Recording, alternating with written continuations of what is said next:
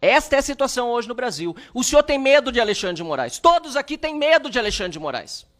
As Forças Armadas são subjugadas, subordinadas, não ao ministro civil, nem ao presidente da República, muito menos. É um senhor chamado Alexandre de Moraes, ditador da República, que já não é bem mais uma República Federativa do Brasil.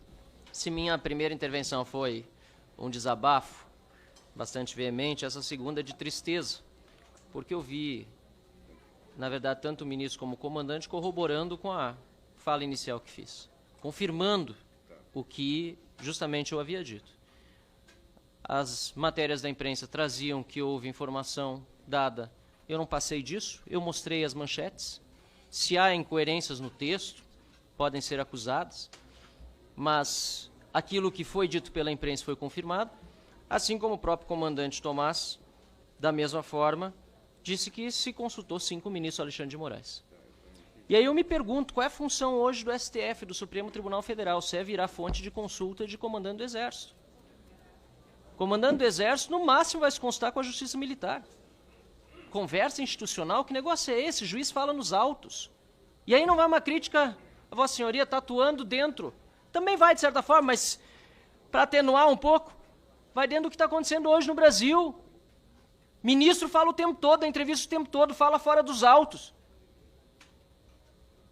Torna-se consultor de comandante do Exército, sobre não promoção, mas remoção.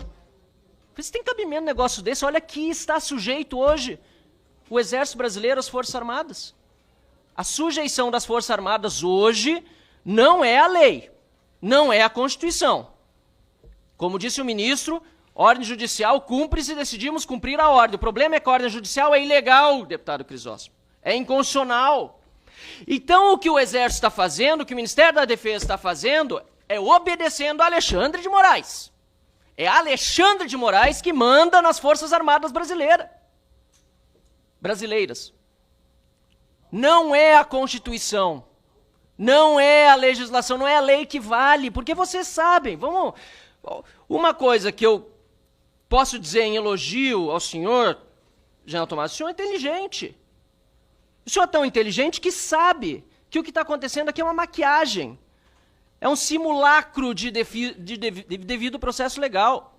O artigo 69, aliás, do Estatuto dos Militares, diz que é só em caso de flagrante que poderá o militar ser preso por autoridade policial, militar ou civil.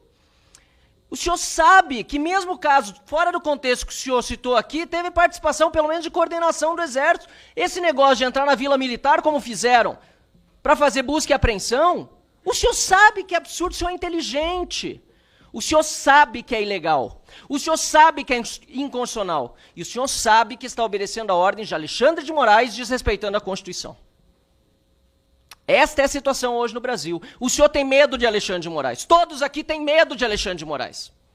O general Girão, que é general também do Exército, é deputado federal, diz que tem medo de falar porque a censura hoje é regra. E quem impõe é Alexandre de Moraes.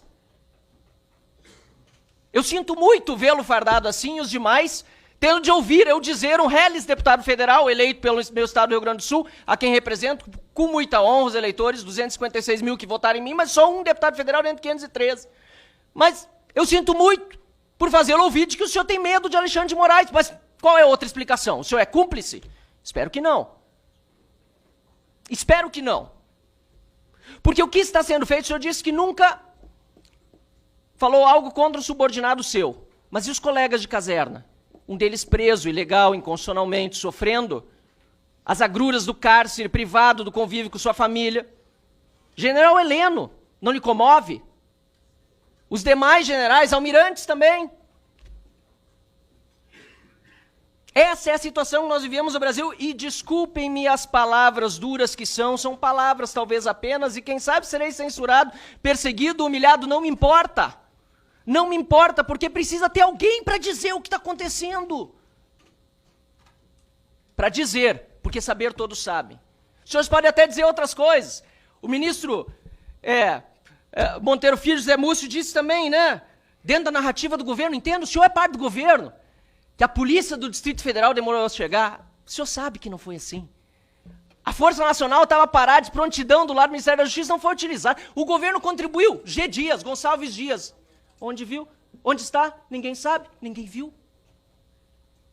Mas foi a polícia do Distrito Federal que demorou a chegar. Claro, é isso que é para ir para os livros da história. Tomara que no próximo mandato, tomara que se encerre esse com o impeachment do Lula e o senhor seja ministro de novo e possa tratar de outra narrativa, mas uma que seja verdadeira. Não essa que o PT está espalhando, não essa do golpe. Eu entendo o seu papel, mas eu sei que o senhor entende o meu também, de oposição. E de buscar deixar bem claro aqui as perguntas que eu fiz e que não foram exatamente respondidas. Porque eu perguntei se o Código Penal Militar ainda existe. Porque para esses militares, inclusive os da ativa, não está valendo. Eu perguntei sobre a reação às ordens da justiça que eram ilegais. O senhor disse, não, cumpra-se da justiça, mas são ilegais, são inconstitucionais. O Exército, as Forças Armadas, o Ministério da Defesa, nada vai dizer quando uma ordem é ilegal, quando é inconstitucional. Não vai se pronunciar, é isso. Não obstante ilegais, não obstante sendo ordens de um ministro da Suprema Corte, que não é o presidente da República, fazendo o Exército cumpri-las a desagrado da Constituição, o Exército não vai se pronunciar.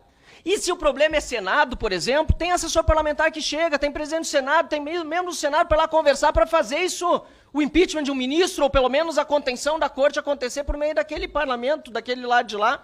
Mas me parece, e até gostaria de saber se existe algo nesse sentido, mas me parece que não há nenhum esforço para que essa ditadura não se consolide no Brasil com apoio obsequioso das nossas Forças Armadas. A terceira pergunta, se o senhor se consulta com o Alexandre de Moraes, o senhor respondeu afirmativamente, não precisa mais responder, e ficou muito claro, infelizmente, que isso acontece. E a quarta é se as Forças Armadas entendem que há uma prevaricação diante dos abusos de autoridade cometidos por Alexandre de Moraes. Essa hoje é a situação no nosso país.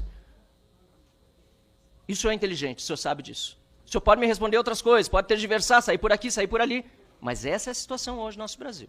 As Forças Armadas são subjugadas, subordinadas, não ao ministro civil, nem ao presidente da República, muito menos.